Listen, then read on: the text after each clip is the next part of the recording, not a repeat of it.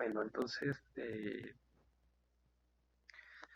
la forma de volumen se define como omega igual a esa h que mencionamos ahí en el punto P de dx wedge dxn, que ya sabemos que se escribe como dx1 dxn. Ahora, esta h no necesariamente es 1. Acuérdense que no estamos, cuando hemos hablado de variedades no hemos definido métrica. En superficie sí, y esa era la métrica inducida por el espacio R3 sobre la superficie. Sin embargo, las variedades son cosas más generales, como ya discutimos en algún momento. Entonces, esta h no necesariamente es la identidad. En el caso de que tengamos una variedad que sea riemanniana, esta h es la raíz del determinante de la raíz cuadrada del determinante de la métrica, y si es pseudo-riemanniana es lo mismo, nada más que ahí la métrica es negativa, si se acuerdan, ¿no? Pero puede ser que no tengamos definida una métrica sobre una variedad, entonces va a seguir habiendo un elemento de volumen, pero definido de esta manera, como tenemos aquí. Entonces, eh, esto está definido en una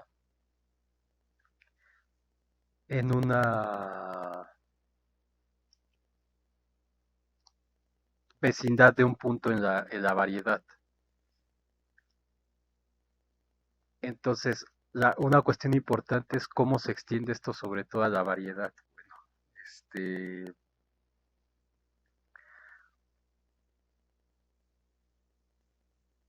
Se puede decir que si M es orientable, a ver, déjenme ponerlo aquí. Si M es orientable,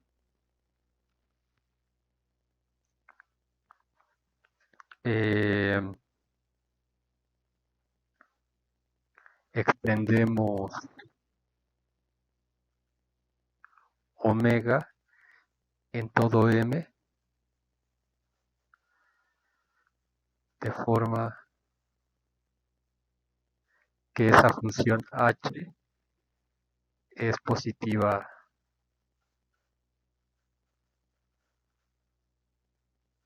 definida en cualquier carta UI para cada punto de la variedad. Entonces, si M es orientable, W es su elemento de volumen. Bueno, no W omega. Realmente esto eh, mm, más adelante voy a mencionar qué es lo que significa, pero digamos cuando uno tiene un concepto local, para poder extenderlo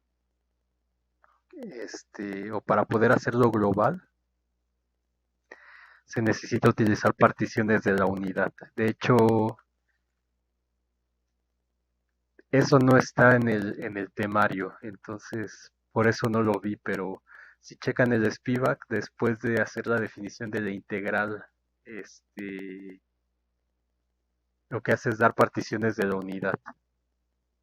Y justamente ese es el motivo, pero voy a hablar más de eso un poco más adelante. O sea, lo que me interesa nada más es que tenga la idea intuitiva de cómo se extienden las cosas a la superficie, a las variedades y este concepto de la orientabilidad con la forma de volumen,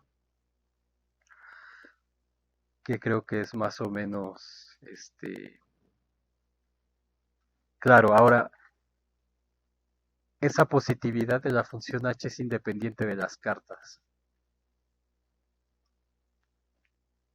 O sea, si tenemos un punto P en la intersección de dos cartas, evidentemente distinto del vacío. Igual que antes, ¿no? La X y Y son las coordenadas dadas por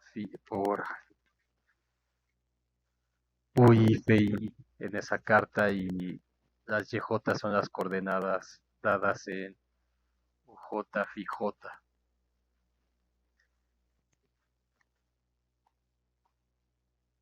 Entonces, de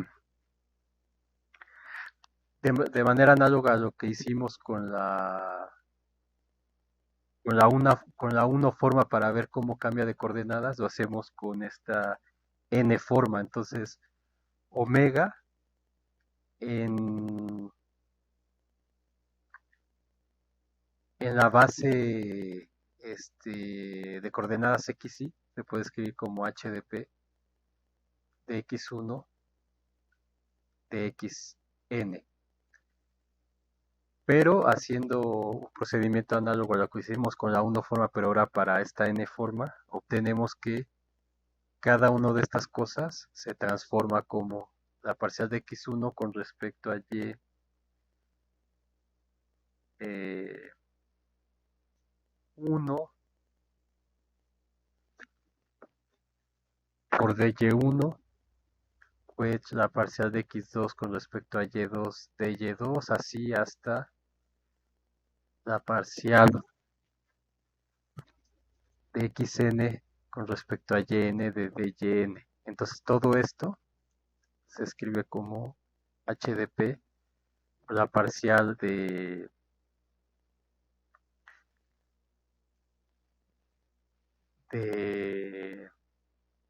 bueno, que realmente son, o sea, es todo este producto, la parcial de x1, bueno, vamos a poner de x1 respecto a y1, de xn con respecto a yn, de dy1 hasta dyn, y esto justamente es el jacobiano de la transformación. Entonces esto es h de p, el jacobiano de x1, xn, con respecto de y1, yn por dy1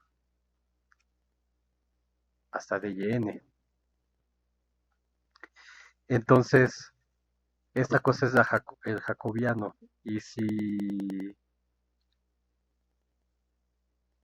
que debe ser positivo porque se está tomando la orientación positiva. Entonces, por definición, ese cambio de coordenadas tiene que ser mayor que cero si la h es positiva. Entonces, si hacemos un cambio de coordenadas, esa positividad es independiente de la elección de las cartas. Entonces, este jacobiano xy con respecto a yj es positivo. Entonces, la h, digamos, definida como una nueva h' con estas cosas, sigue siendo positiva.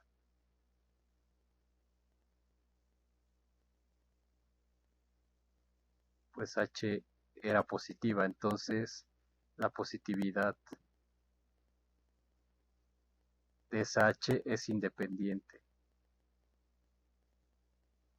de las cartas.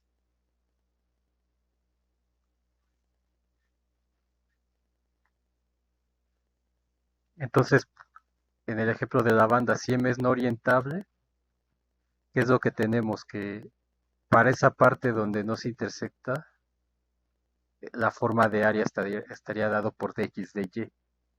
Entonces, acuérdense que los duales de los campos vectoriales son las formas, entonces lo podemos ver representado como como estas cosas que puse aquí, ¿no? Donde este es de y y este es de x. Entonces, justamente en la otra carta vamos a tener que cambia la omega a menos dx de y,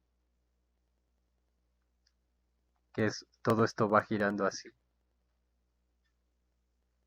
normal, pero cuando llega aquí en el cambio se invierte, entonces cambia como lo había puesto aquí. Entonces, justamente aquí cuando estoy haciendo el cambio de coordenadas, cambia el signo.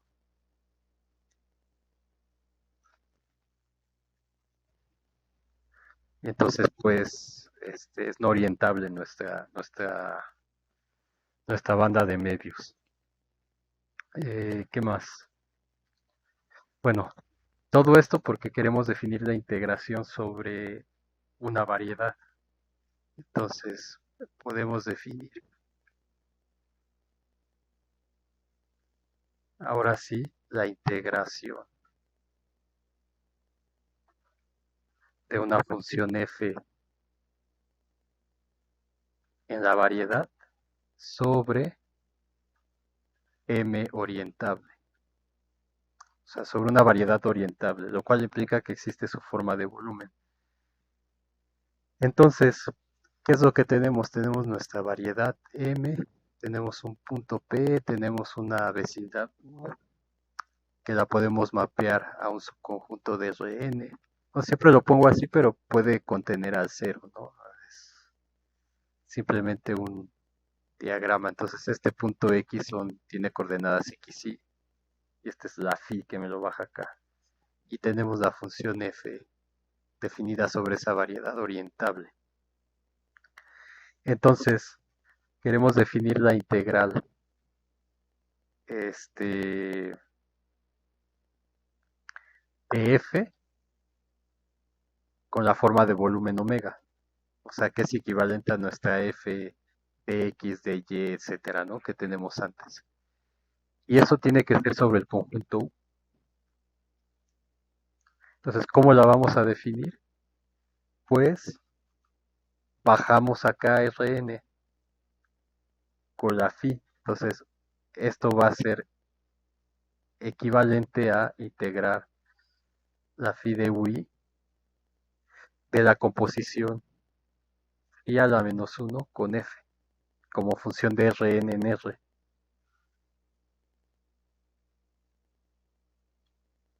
en el punto X por el elemento de volumen aquí abajo, que sería la misma h, pero acuérdense que como estamos bajando con las coordenadas, que es lo que yo les decía, o sea, ¿cómo lo pondría? Este mismo omega, pero ya con las coordenadas sería h del punto P, si lo pongo explícitamente, de x1 hasta dxn. Entonces, pero tomen en cuenta que este punto P es phi de x. Perdón, ese punto P es phi a la menos 1 de x. Ese es el punto P. Entonces, aquí, si pongo explícitamente el punto P, este, lo que tenemos es lo que les mencionaba hace rato, ¿no? Que aparece la carta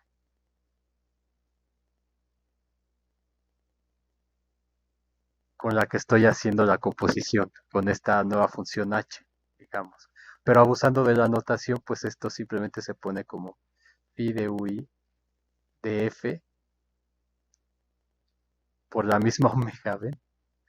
Por h de dx1 hasta dxn, abusando de la notación, pero aquí la h está compuesta con las cartas inversas, y la f también. Entonces es una representación en coordenadas de esto de aquí.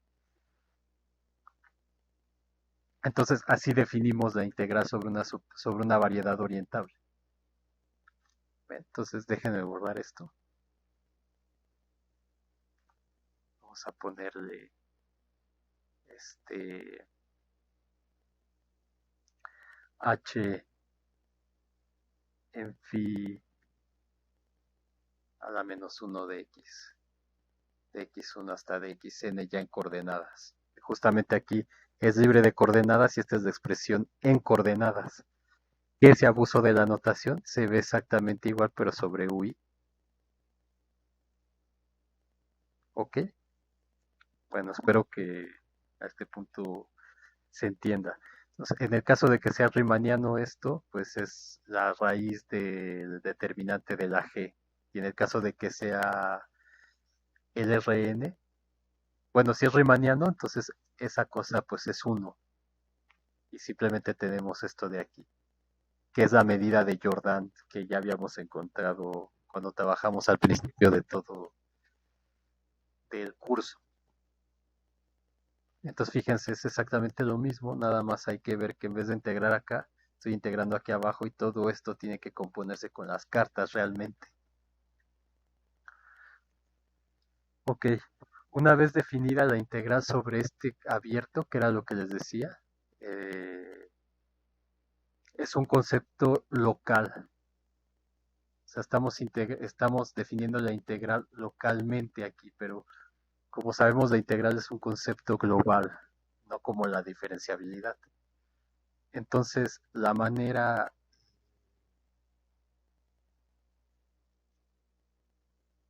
¿cómo se dice eso? La manera formal de hacer esas extensiones es con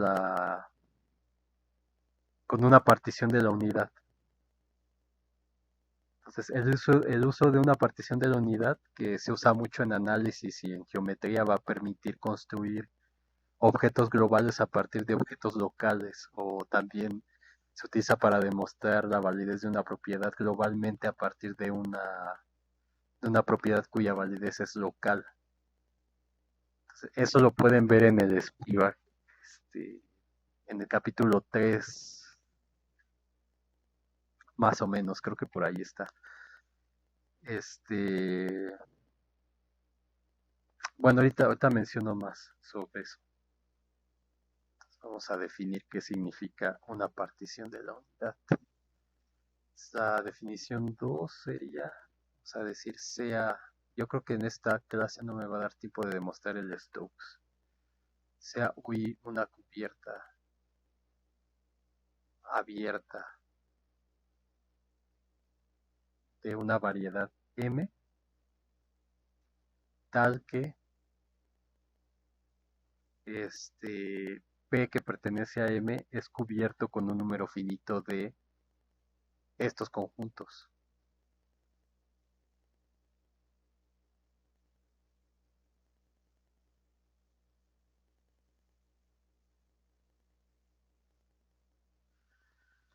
De UI. Esto quiere decir, o sea, si esto es posible para, para una variedad M. O sea, esto que puse aquí significa que M.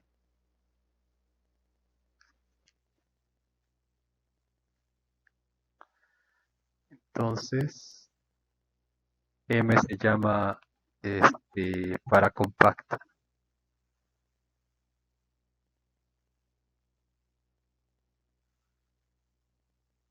Para compacta. Entonces, esto diría si M es para compacta y tiene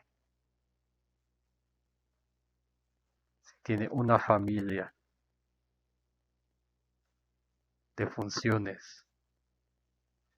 Ya hemos usado fx y h, vamos a llamarles funciones diferenciables. CK, epsilon y en P tales que, número 1, cada una de ellas está entre 0 y 1. O sea, son funciones reales definidas en la variedad. Ahorita vemos un ejemplo de esto. Número 2, que esas funciones sean iguales a 0 si P no pertenece al conjunto UI, al abierto UI. Y número 3, que la suma de todas ellas sea igual a 1. Entonces, la familia epsilon I de P se llama partición de la unidad. Bueno, en este caso, como estamos pidiéndole que sea diferenciable, se llama una seca partición de la unidad de M sujeta a la cubierta UI.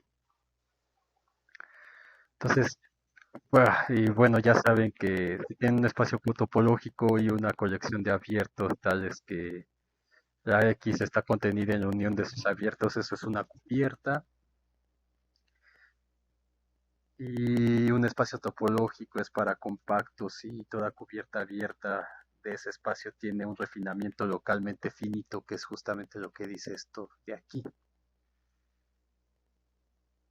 E igual, se define, de hecho, este, particiones de la unidad se definen en topología de una manera un poco distinta, metiendo lo que se llama el soporte, pero eso no lo vamos a ver acá.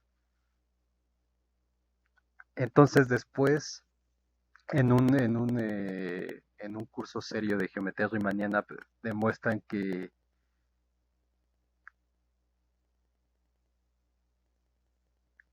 cualquier cubierta abierta de una variedad admite una partición de la unidad sujeta a esa cubierta dada. Entonces, por ejemplo, o sea, en la práctica por ejemplo, en la esfera, tenemos una esfera. Entonces, si queremos integrar sobre esta esfera, lo que hacemos es, pues, damos sus parches, que ustedes encontraron que era el que quita el polo norte, y luego el parche que es toda la esfera menos el polo sur. Entonces, uno da los parches de la superficie. En este caso, esa superficie que es la esfera es la unión de de estos dos abiertos o de estas dos cartas. Tal es que estas son parametrizaciones, o sea, tiene parametrizaciones phi de UI a un abierto en R3, ¿no? Para estos UIs contenidos en R2. Entonces, lo que uno hace es, si quiere integrar, eh, se integra sobre cada uno de los parches. Sin embargo, justamente en esa intersección de los parches pueden suceder cosas no gratas, y es lo que habíamos visto que, por ejemplo, para calcular el área y todo eso, que estrictamente hablando teníamos que tomar abiertos y no los cerrados, porque en la frontera podían pasar cosas extrañas, pero habíamos visto que si tenían contenido de Jordan cero, entonces no había problema, pero en un caso general ya las cosas no son tan sencillas. Entonces, la partición de la unidad lo que va a permitir es pasar de este parche a este otro de manera suave.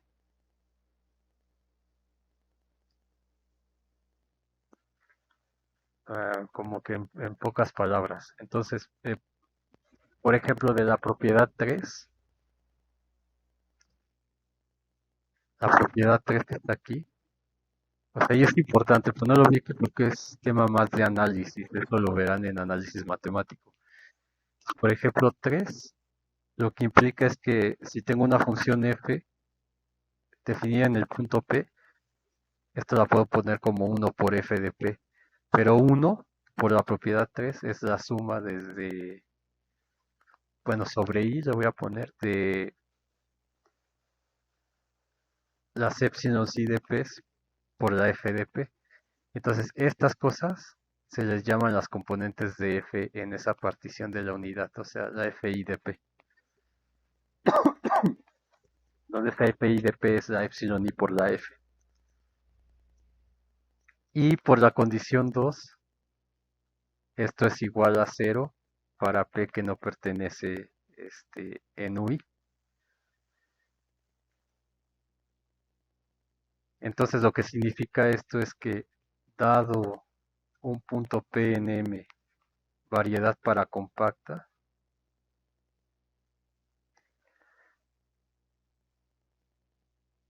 esta partición de la unidad, o sea, la partición de la unidad asegura que solo hay términos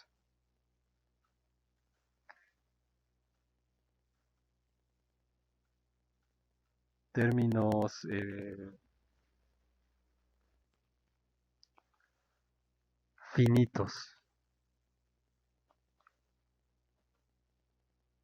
en la suma sobre i de este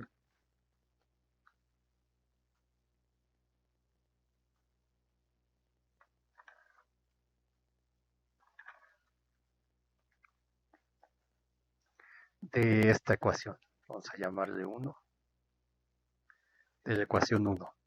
Entonces, para cada fi de p, podemos definir la integral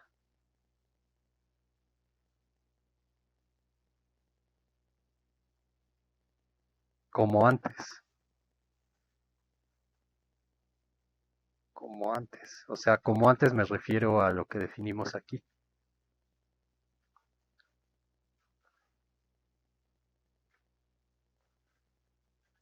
Sobre ui dada por la ecuación, vamos a llamarle A, todo por no numerar las cosas. Entonces, esta es la ecuación A.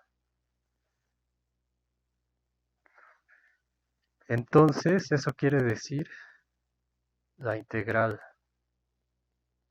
sobre toda de f, de la función f sobre m, donde f está definida de esta manera. O sea, esta f es una función que va de la variedad a r.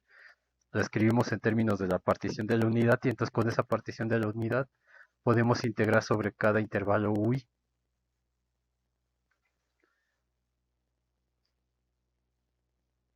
De manera que entonces la integral sobre m de f omega va a ser igual a la suma sobre i de las integrales sobre ui de fi de omega. Entonces esto sí son las funciones epsilon i que dan la partición de la unidad. Entonces, aunque hayan diferentes atlas, o sea, esta integral va a ser independiente tanto de las coordenadas o de las reparametrizaciones como de la partición de la unidad. Entonces, eso se puede demostrar que es así. O sea, que no va a depender de qué partición de la unidad yo dé, voy a tener la misma definición. Entonces, por ejemplo de qué significa eso.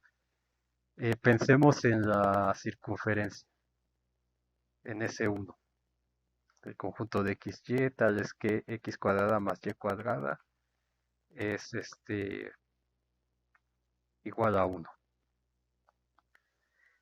Entonces podemos dar dos parametrizaciones, una que sea, vamos a decir, phi1 a la menos 1, que me mande, que es lo más fácil, ¿no? Por eso en la superficie se definen al revés, la phi es la phi a la menos 1 y viceversa. Entonces la phi1 a la menos 1, que me lleve del intervalo 0 a 2pi abierto, a la circunferencia, es decir, a S1 sin este punto.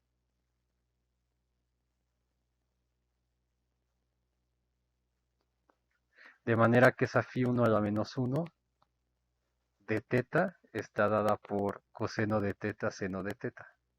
Entonces me da la circunferencia sin este punto. Y para cubrir la circunferencia puedo dar otra función que sería phi2 a la menos 1 y que esta vaya de pi, de menos pi a pi, por ejemplo. De manera que me va a cubrir esto menos el punto que está acá. Entonces, similar a lo de la esfera, igual se podría quitar este y este. Entonces, es igual que la esfera. Nada más que aquí estoy quitando este punto en esta y estoy quitando este punto en esta otra. Entonces, esto me va a mandar a ese 1 menos el punto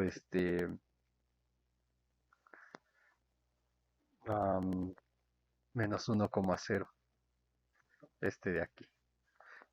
De manera que phi2 a la menos 1 es igual coseno de teta seno de teta. Entonces tengo dos cartas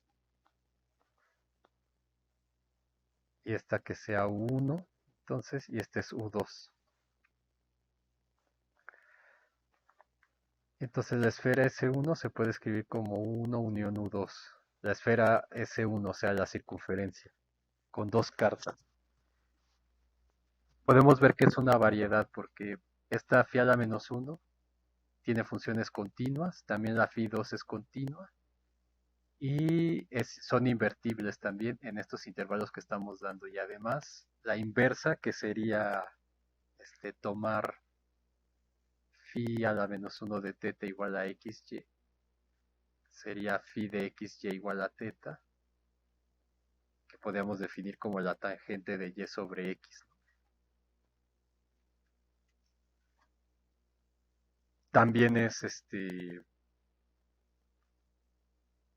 continua y diferenciable. Entonces son homeomorfismos las phis. Y además las funciones de transición, phi 1, 2. Aquí me voy más rápido porque ya esto hicimos con todo detalle de la esfera, que era más complicado. Y esta que sería la composición de phi 1 a la menos 1 con phi 2 son difiomorfismos. Entonces si compongo esta con su inversa, me da una cosa que es diferenciable. O sea, la teta, ¿no? De hecho. O sea, la phi, por ejemplo, phi 1, aquí sería phi 1 de xy compuesta con phi 1 a la menos 1, sería phi 1 a la menos 1 de teta, que es tangente de y entre x. Y esto sería la phi a la menos 1, es coseno de teta, seno de teta, o sea, coseno de tangente, seno de tangente, y estas cosas son diferenciables, continuas, etcétera. Entonces, ¿qué tal si queremos, o sea, damos la función f definida en el círculo y que esté dada como f de teta igual a coseno cuadrado de teta? Entonces, es una función que va de la variedad a los reales. Entonces, nosotros, eh, digamos, si queremos encontrar estrictamente hablando quién es la integral sobre S1 de esta función, sería f, o sea, de la función f por omega, esto sería S1 de la función f por omega, que en este caso es el elemento de volumen, en este caso sería el elemento de longitud, ¿no? Para esta circunferencia de teta. Entonces, estrictamente hablando, ¿cómo hay que calcular esto? Pues lo que se da es una partición de la unidad, o sea, se parte 1 con las funciones epsilon 1 de teta igual a seno cuadrado de teta sobre 2, por ejemplo, y 2 de teta igual a coseno cuadrado de teta sobre 2. Entonces, de manera que son 0 si no pertenecen a cada una de las cartas, o sea, tanto en U1 como en U2, y se ve claramente que la suma, o sea, epsilon 1 de teta más epsilon 2 de teta me da seno cuadrado más coseno cuadrado es igual a 1. Y además, estos son, cada uno de estos está entre 0 y 1, tanto el seno y el coseno, entonces tenemos que epsilon i de teta está entre 0 y 1. Entonces, de esta manera, la f que es coseno cuadrado de teta, la podemos escribir como este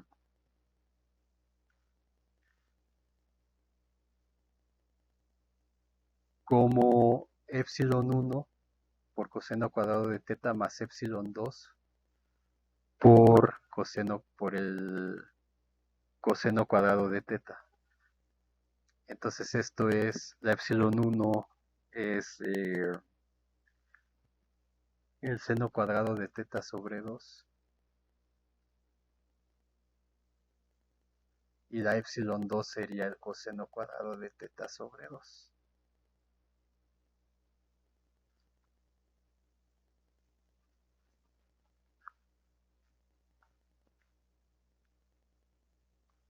Entonces, la integral que tenemos aquí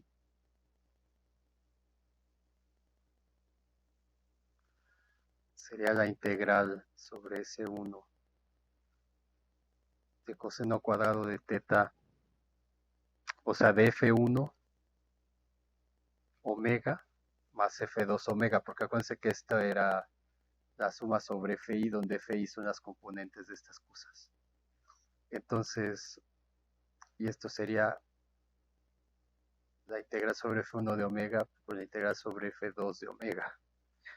O lo que es lo mismo, la integral sobre la carta 1, por ejemplo, la integral de 0 a 2pi del seno cuadrado de teta sobre 2 por el coseno cuadrado de teta más la integral de 0 a 2pi del coseno al cuadrado de teta sobre 2 del coseno cuadrado de teta de teta. Si hacemos estas integrales nos va a dar pi medios más pi medios, que es igual a pi, que es lo mismo que obtendríamos si hacemos simplemente la integral de 0 a 2pi de d teta coseno cuadrado de teta. Entonces, estas particiones de la unidad son relevantes desde el punto de vista teórico, pero desde el punto de vista práctico no. Entonces ahí la cosa se complica.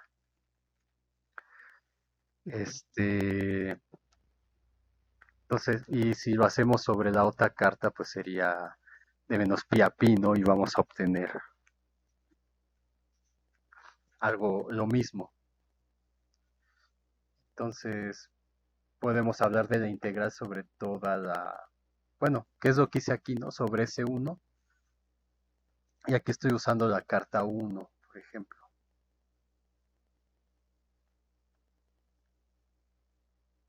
O sea, realmente tiene que ser lo que puse aquí. Más bien esto es la integral sobre U1, digamos.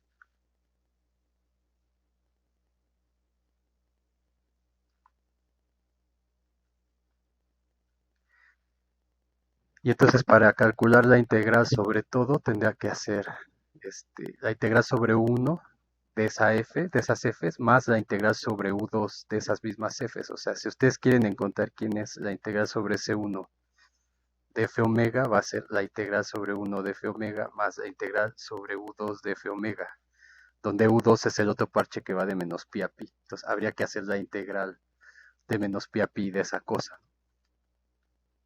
Bueno, espero que con eso se entienda más qué significa eso de la partición de la unidad, pero vamos, en pocas palabras para extender cosas locales a cosas globales, y eso lo van a aprender en análisis matemático a su debido tiempo. Ahora, lo que queremos hacer es extender las definiciones de simplexes a una variedad. Entonces, nosotros definimos la integral de una R forma sobre un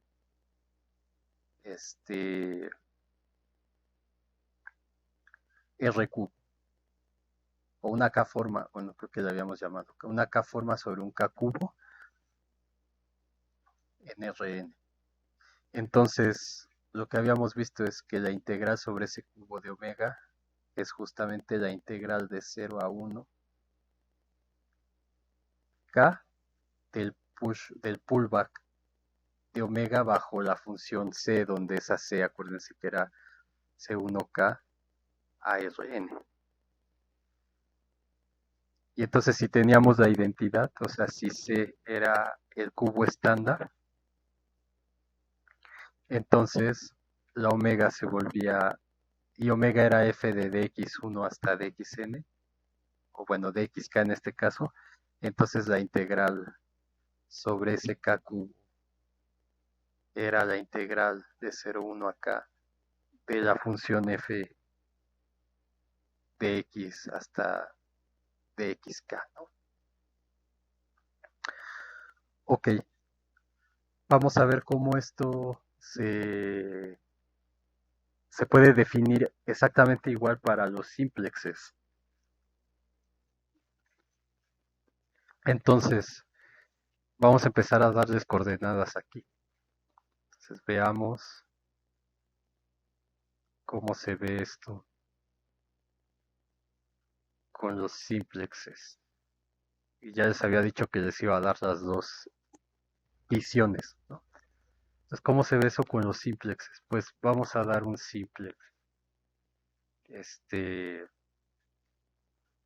P0, P1 hasta PR, un R simplex. Orientado. NR, NRR.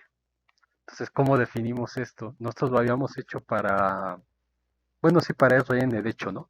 Pero ahora le vamos a dar coordenadas. El punto P0, que sea el punto 0, 0, 0. Luego el P1, que sea 1, 0, 0. Así como con los cubos.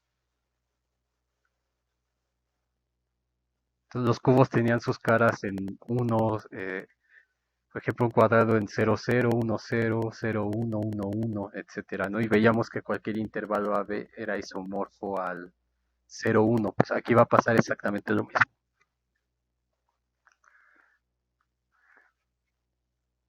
Y PR, pues el que tiene el 1 hasta el final. Entonces, por ejemplo, ¿qué quiere decir? Que si tenemos un eh, 2 simplex, pues está en R2, un 2 simplex, tiene el punto P0 está en 0, 0, 0, en 0, 0, perdón, el punto P1 está en 1,0 y el punto P2 está en 0,1. Entonces mi 2 simplex pues es el que une el punto P0 a P0 con P1 con P2.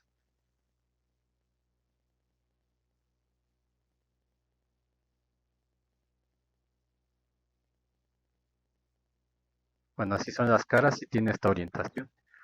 Entonces este es el 2 simplex. Si estoy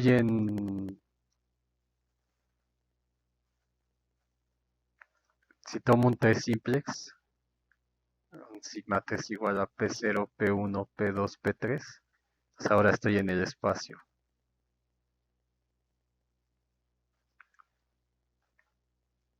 En R3, como dice aquí. Entonces P0 pues es este punto. P1 es el que tiene coordenada 1, 0, 0, 0. 1, 0, 0, perdón. Luego P2, 0, 1, 0 y P3, 0, 0, 1. Entonces el 3 simplex es el que va P0 a P1, P1 a P2, P2 a P3, P3 a P4, ¿no? Entonces me forma la pirámide que tiene esta orientación, ¿no? Todas sus caras orientadas de cierta manera. Entonces, lo que estamos haciendo es pintar los simplexes en el origen, así como hacíamos con los cubos. Entonces, si x, y son las coordenadas de RR, entonces, viendo esta definición de aquí, ¿cómo definimos el simplex? Pues sigma R va a ser al conjunto igual al conjunto de puntos x1 hasta xr de xr, tales que n-1 de ellos van a ser mayores o iguales que 0. O sea, xy es mayor o igual que 0. Perdón, todos. Los xy son mayores o iguales que 0 y la suma desde igual a 1 hasta r de xy es menor o igual que uno. Entonces, por ejemplo, este sigma 2 es el conjunto de puntos x, y en R2 tales que x y y son mayores o iguales que cero. Entonces, x mayor que cero, y mayor que cero, y x más y, o sea, la suma desde 1 hasta 2, es x1 más x2, es menor o igual que 1, que es justamente esta recta de aquí. Es la recta 1 menos x.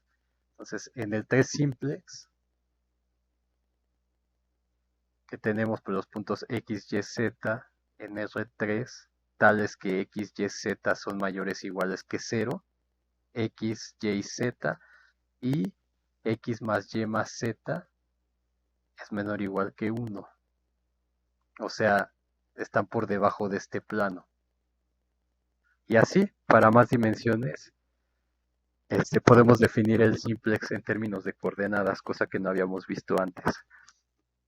Ahora, el elemento de volumen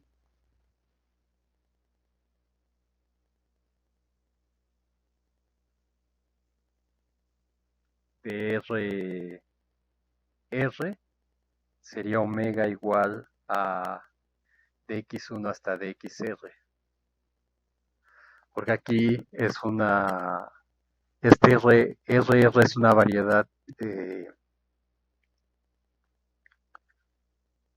bueno, no estamos pensando como variedad al principio. O sea, su elemento del volumen tiene esta función igual a 1, en este caso, porque estamos metiéndole una métrica. Entonces, definimos la integral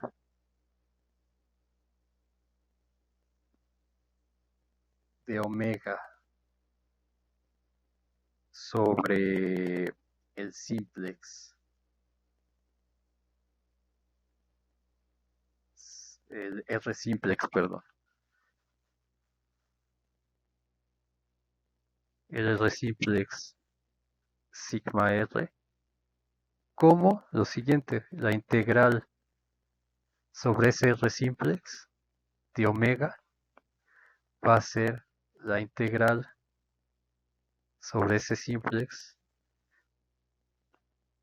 de la integral de f, perdón, de una función f definida en RR. O sea, esta f es una función que va de RR a R. Entonces va a ser f omega igual a f de x1 hasta xr, de dx1 hasta dxr, igual que antes. Exactamente igual que antes, nada más que ahora no estamos integrando sobre rectángulos, sino estamos integrando sobre triángulos. Entonces, por ejemplo, si r es igual a 2, ¿qué tenemos? Que omega es igual a dx de y, en este caso. Y no sé, digamos que tenemos una función f de x y definida de r2 a r por esta f. Entonces, la integral sobre el simple sigma 2 de f omega va a ser igual a la integral sobre sigma 2 de la función f de xy de x de y. Y este simplex sería el que tenemos aquí, es decir, la integral de 0 a 1 a la integral de 0 a 1 menos x de la función f de xy de x de y. Entonces, en general, esta integral va a ser la integral de 0 a 1, 0 a 1, k menos, r menos 1 veces, y luego la integral de 0 a 1 menos la variable que esté dejando al final, ¿no? La r, por ejemplo, xr menor o igual que 1 menos la suma de xy, donde y va desde 1 hasta r menos 1.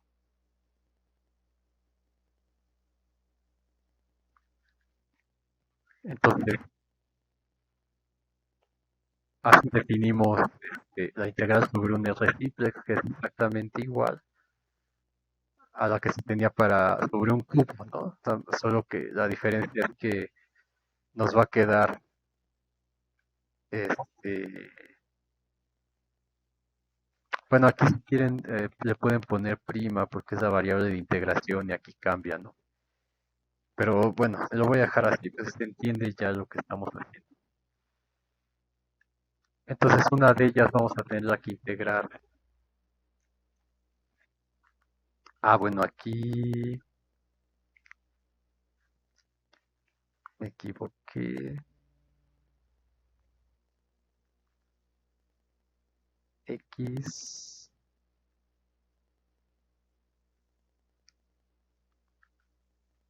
aquí sería de 0 a 1 menos y, perdón. Ahora sí. Ok. Entonces, no lo había visto así porque nosotros aprendimos a integrar sobre rectángulos. Entonces, por eso usamos los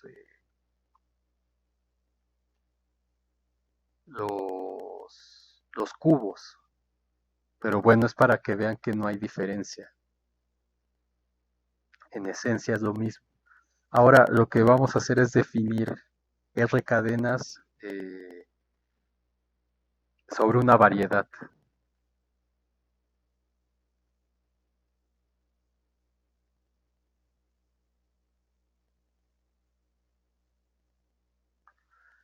Aquí no estoy poniendo definición y todas esas cosas porque realmente no lo estamos haciendo de una manera formal, eh, como deberíamos hacerlo.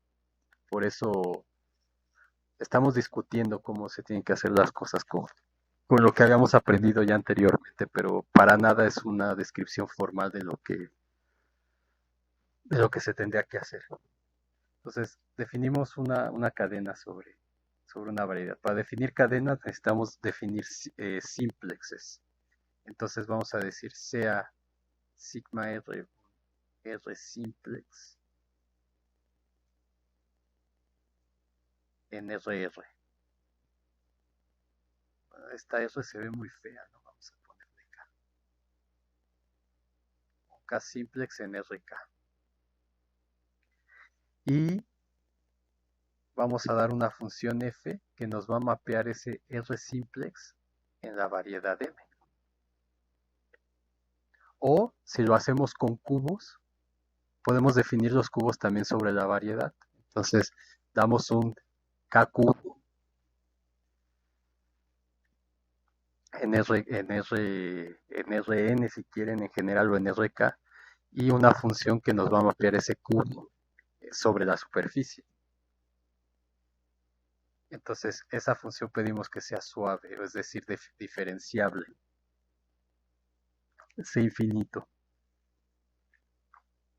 De hecho, bueno, para cubrir la sutileza asociada con la diferenciabilidad de f en la frontera del simplex, realmente lo que tenemos que hacer es definir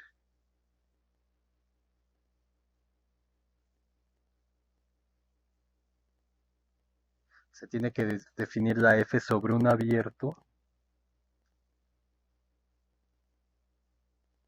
en RK tal que el simplex esté contenido en para evitar problemas de diferenciabilidad en la frontera. Entonces, tenemos la variedad M y acá estamos en Rn. Bueno, en este caso en RK. Entonces, la variedad tiene dimensión M, de hecho, ¿no? Entonces, en RK definimos el simplex. Bueno, supongamos que tiene dimensión K también. Entonces, N para evitar problemas de que esté encajado en un espacio de dimensión mayor, etcétera.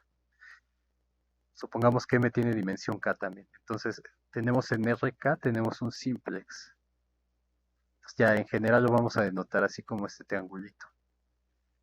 Y entonces, esta función lo que va a hacer es mapear, bueno, y en principio, por lo que comenté antes, realmente está definida sobre un abierto que contiene ese simplex, ¿no? Entonces, esta función me va a mapear este simplex a un simplex acá. Entonces, SF de sigma R le vamos a llamar SR. Entonces, SR es la imagen del simplex sigma R. Ahora, en particular, puede ser que tengamos el caso en el que tengo yo la superficie y como es superficie, alrededor de este punto existe la phi que me lo manda un abierto U, digo un abierto B de Rn, una vecindad de este punto, localmente es como Rn. Entonces, una vez que lo baje con la phi, defino un simplex aquí y lo subo a la variedad con la phi a la menos 1. De manera que va a estar contenido acá. Entonces, eso es algo en lo que estamos pensando que tiene que suceder, ¿ok? Entonces, pero en general, pues puedo tener cualquier cosa acá abajo y la tengo que subir, pero tiene que pasar eso realmente, porque si no está contenido aquí, entonces no lo puedo meter acá adentro de este conjunto abierto que es la imagen, que es el abierto que se parece al RN que estamos tomando. Ok, dejando esa sutileza de lado, entonces SR va a ser la imagen del simplex sigma R. Entonces, este SR es un simplex, es un R simplex en M.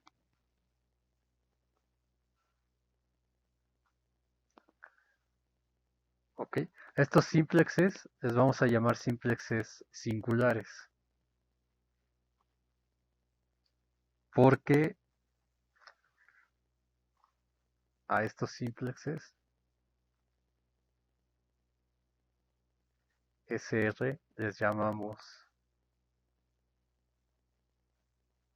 simplexes singulares.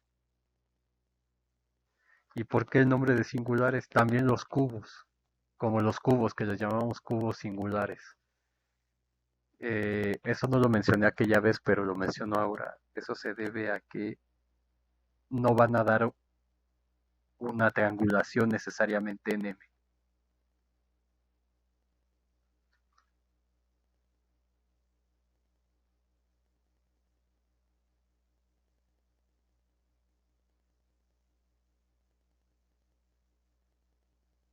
Entonces, por esa razón se llaman simplexes singulares.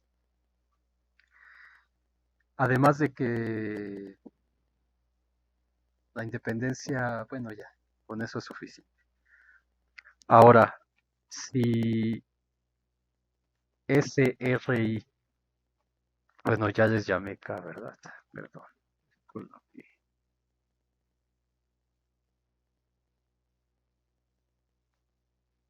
Si SKI es el conjunto de K simplexes en M, entonces definimos una K cadena en M como la suma de los K simplexes singulares con coeficientes reales. Entonces C va a ser igual a la suma sobre I de AI de SIR, SIK, perdón, donde AI pertenece a los reales. Entonces es como lo que discutimos la primera sesión de esta parte, nada más que en aquel caso esas cosas eran enteros porque era un grupo libre. Entonces en vez de los zetas que teníamos ahí ahora tenemos los R's aquí. Entonces se puede demostrar que es que las K cadenas forman un grupo, el grupo CRM, que es análogo al CRK que teníamos cuando discutimos esto, donde K era el simple y el complex y las cosas eran, los coeficientes eran enteros en ese caso. Entonces, aquí van a ser reales, es la diferencia. Ahora, igual, bajo esa función f que realmente sería la phi a la menos 1, que nos manda el phi r en r, phi k, ¿verdad? Y aquí también. Es que el r se ve feo en r a la r, por eso. Entonces, ese phi k que está, perdón, ese sigma k que está contenido en rk a m. Entonces, bajo esta función, la frontera, la frontera del simplex, este, es también mapeado a un subconjunto de M. Entonces es claro que la frontera del simplex en M va a ser la F, o sea, la imagen de la frontera del simplex de sigma en RK. Entonces justamente esta frontera de aquí la mapeamos bajo F a la frontera acá. ¿Ok? Entonces, esta frontera que es la imagen de, otra vez, de K, de sigma K, es el conjunto de R menos 1 simplexes en M, llamado la frontera de SK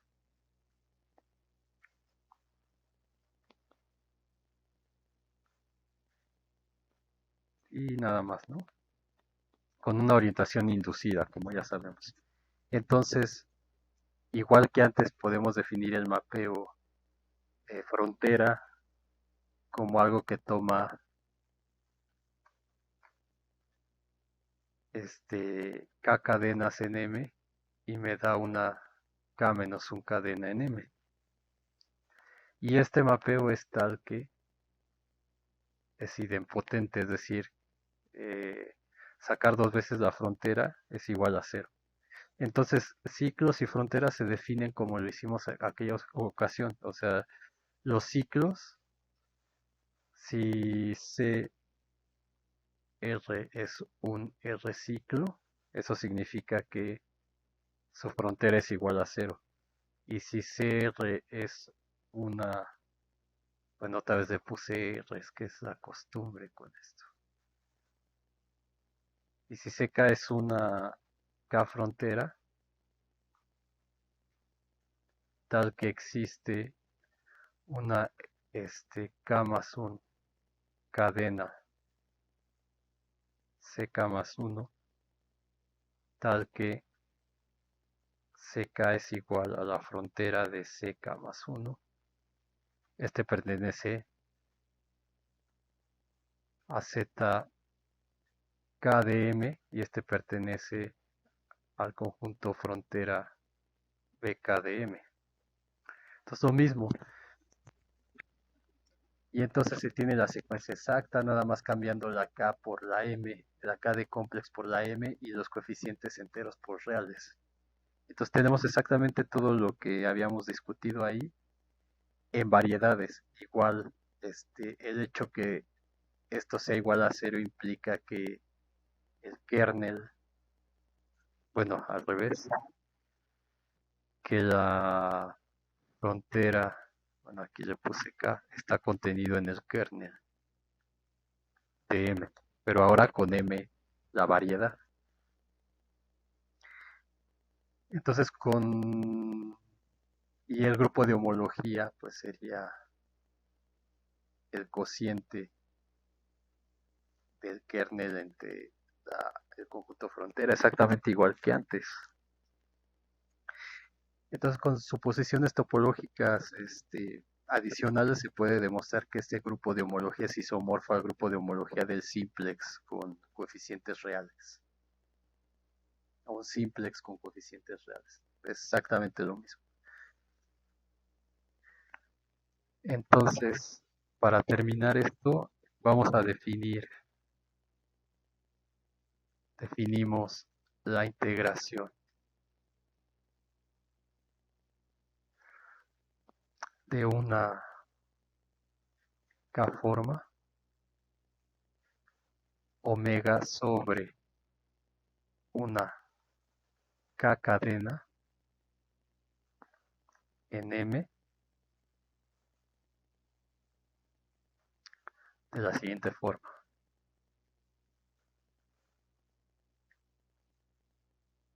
Pues primero definimos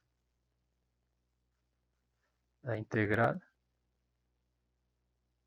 de omega sobre un K simplex, sigma K. Entonces, la integral sobre este simplex, no, perdón, sobre un K simplex en la variedad, perdón, en la variedad, entonces sería SK. Entonces, la integral de omega sobre SK en la variedad va a ser la integral sobre el simplex en Rn del pool del pullback de omega, donde, como dijimos, la F es el mapeo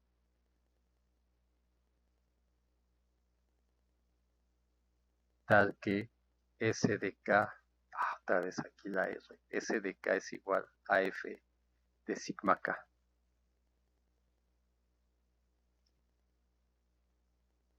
¿Sí? O sea, tenemos la variedad y acá abajo tenemos un simplex. Entonces, tenemos esta F que nos manda este simplex que está contenido en un abierto, etcétera, que realmente es la fiala menos uno, si lo quieren pensar así. Nos manda este simplex aquí arriba. Entonces, integrar una omega aquí sobre este simplex es lo mismo que integrar el pullback de esta omega acá abajo. Como tengo la función f que me manda de aquí a acá arriba, entonces me toma la omega en la variedad y me la manda aquí. Entonces, de manera que f estrella de omega es una forma en RK. Bueno, y en este conjunto U de RK que contiene al simplex. Y entonces esta forma la integro sobre esta cadena aquí en Rn, que ya sé cómo hacerlo, que es lo que vimos anteriormente, ¿no? Que es igual a la integral de 0 a 1k. Bueno, aquí lo estoy agarrando sobre el simplex. Sería la integral que habíamos definido aquí de 0 a 1, k menos 1 veces hasta de 0 a la variable restante restada, lo que habíamos visto anteriormente, ¿no? Y si fuera el cubo, entonces es exactamente lo mismo cambiando esta sigma por un cubo. Es la misma idea, pero en vez de un triángulo, tengo un cuadrado, lo mando acá. Y entonces esta integral es lo que habíamos definido antes, la integral de 0,1 acá, etcétera, de lo que tenemos ahí, de la forma diferencial que tengamos ahí. Ok, ahora, entonces como esta es una forma en Rn, pues esta es una integración usual. Y igual que como hicimos antes para una R cadena, una K cadena en M, dada como la suma de AI de S KI, definimos la integral sobre esa cadena de omega igual a la suma sobre i de los coeficientes reales a i por la integral sobre cada uno de estos simplexes en la variedad. Y cada una de estas cosas pues ya la tenemos definida aquí, ¿no? O sea, esto sería la suma sobre i de i por la suma sobre sigma.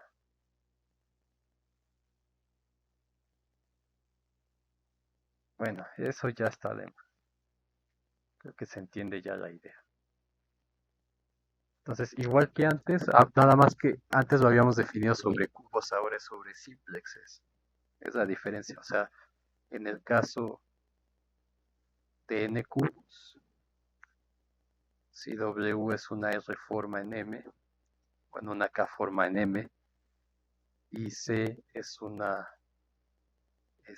K cadena en M, entonces la integral sobre C de omega va a ser la integral de 0 a 1K de C estrella omega, tal como teníamos anteriormente. Entonces la generalización se hace exactamente igual.